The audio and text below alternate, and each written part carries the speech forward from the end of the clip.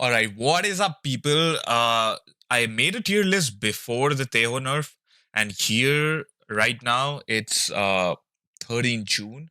So we're talking about post TEJO nerf meta that's going on right now.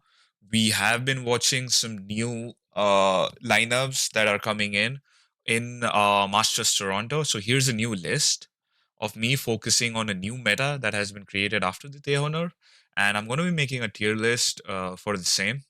So let's get in. Astra would be B tier, I would say, because it's only relevant in some maps like Pearl. Um, she's still a good smoker, but since she has a long cooldown, it's kind of not ideal as a solo smoker in a lot of maps. That's why she's only picked in a few maps. Breach would still be S tier. He's still so good. Can be used as a solo initiator too. Brim would also be B tier. I would say still only useful in a few maps, not in the meta, I would say, because Bind used to be the one map where it is always used, Fracture being the second. So yeah, Brim is not ideal or workable in the current meta, I would say. Chamber would be D tier, completely useless. Only a few people can play Chamber well, given his nerfs and his rework over the period of the past few years. So he's not as viable as he used to be. Can be used if you have good aim and decent sniping skills, but other than that, it's pretty useless. Clove would be A tier, and I would say I would give you a good reason why. Number one, Sunset is in the map pool right now, so Clove is very useful on Sunset because you can just basically post plant spam. That's what Cloud9 did against NRG. But yeah, Clove's still useful. One of the best smokers that you can use in rank, I would say. So if you want to play smokes, I would still say you could prefer Omen over Clove because in the end, her smokes are very less in duration. But yeah, you could use her in rank because she's more aggressive than Omen. You could pick more fights if you believe that you have good aim. Cypher would be S tier. For me, Cypher is one of the best Sentinels right now. KJ would be the second one, but Cypher is still so good. Good lurking, no trap wire area limit, so you could just roam around the entire map. Deadlock, after her rework, would be B tier. I think I put her in C before, but I think she's a little better than before. But still, like I said in the previous video, her flank potential checking is a little bad because, like I said, it does not get detected. So people could easily flank you, but she could be played as an aggressive sentinel, or if you have someone who's watching the flank every time. Fade would be S tier. Oh my god. Welcome back, Fade, to the meta after the Theo nerf. So she's been picked a lot as a secondary initiator with Breach.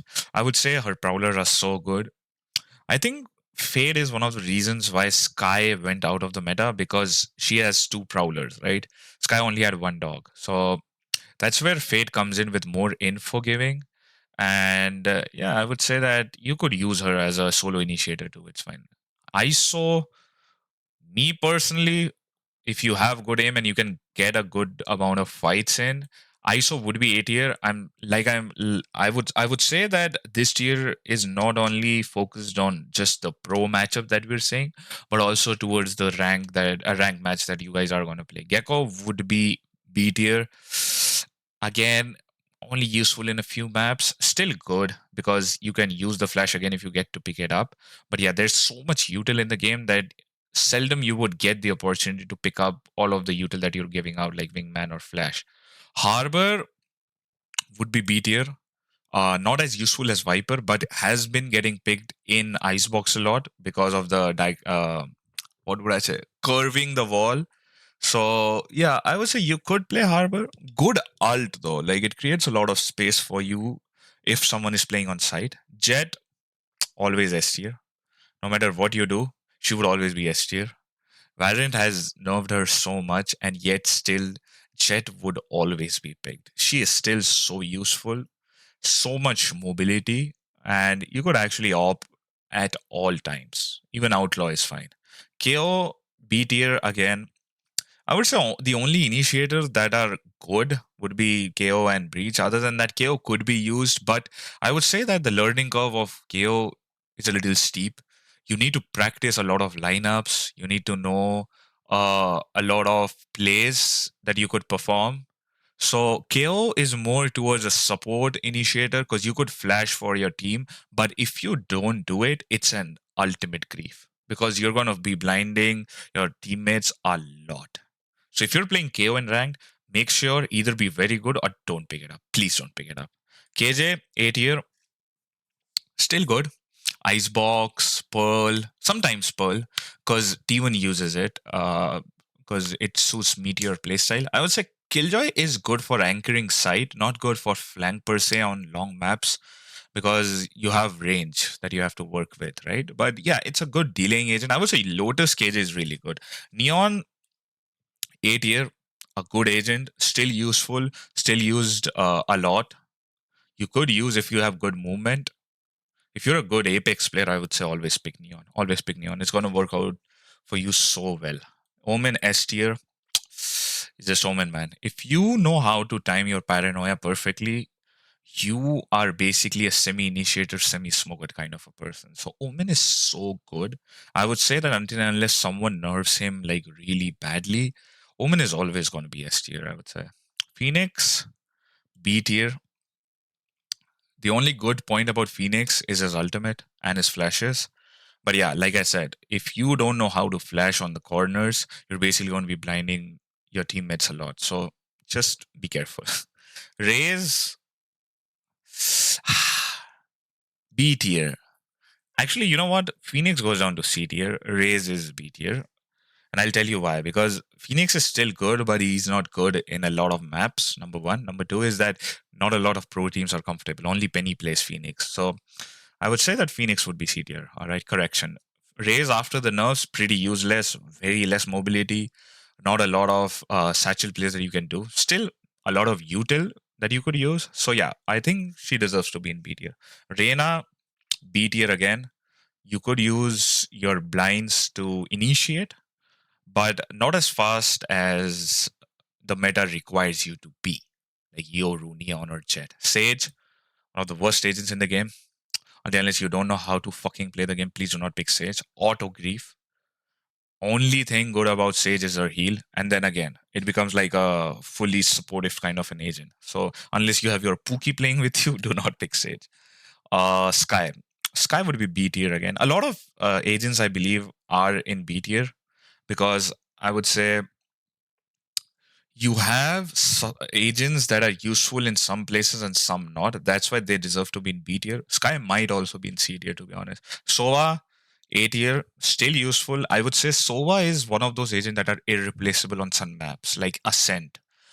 You could use Sova and Pearl. Icebox, very important for recon, for info. So if you want to play an agent that could be used with an Odin, good info initiating, Sova is one of the best ones. Teho, B tier. Actually, Sky goes to C. Okay, I'm changing the tier list a little bit, but please just it's going as I'm progressing with the agents. So yeah, Sky would be C, Theo would be B.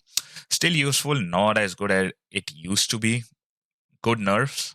I think it was needed because Valorant had become such a util heavy game. You're just seeing Breach, Yoru, and Teho on every map that you're playing, and it's so annoying. Trust me, it's so annoying.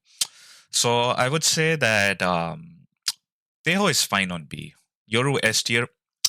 You could use Yoru so well, but again, good learning curve. So if you're trash on flashing, if you don't know how to bounce the Yoru, please do not play. You're fucking just annoying the hell out of your ranked teammates and you're annoying the hell out of yourself. So if you don't know how to play Yoru, just don't play just for the sake of it or just because it's in the meta. Viper, A tier, better than Harbor, useful in a lot of maps. Valorant tried to nerf her so much, but yet it is basically fucked. But you could still use Viper as a lurking agent, good wall, good ult, lovely snake bite to delay a lot of pushes or executes. Vice would be A tier, still good, a little nerfs, but not as much as you think would be relevant. Her ult is good. The wall is like one of the signature things and useful things about Wise because the wall cannot be destroyed. you just have to pass. The only bad thing is I think the Euroclone still like initiates the wall. But yeah, let me know in the comment box what you guys think about this tier list. Um, I feel that it is fine, but if you guys feel that some agent should be below or above than the tier list or the tier that I've given, so let me know in the comment box. And thank you so much for watching. Make sure to subscribe and like the video. I'm still working on a lot of content. I'm so sorry that I've been AFK or MIA since the past 3 months. Not doing well mentally, but yeah, slowly coming back. And I hope you guys are doing well. So I'll see you in the next video. Until then, peace out.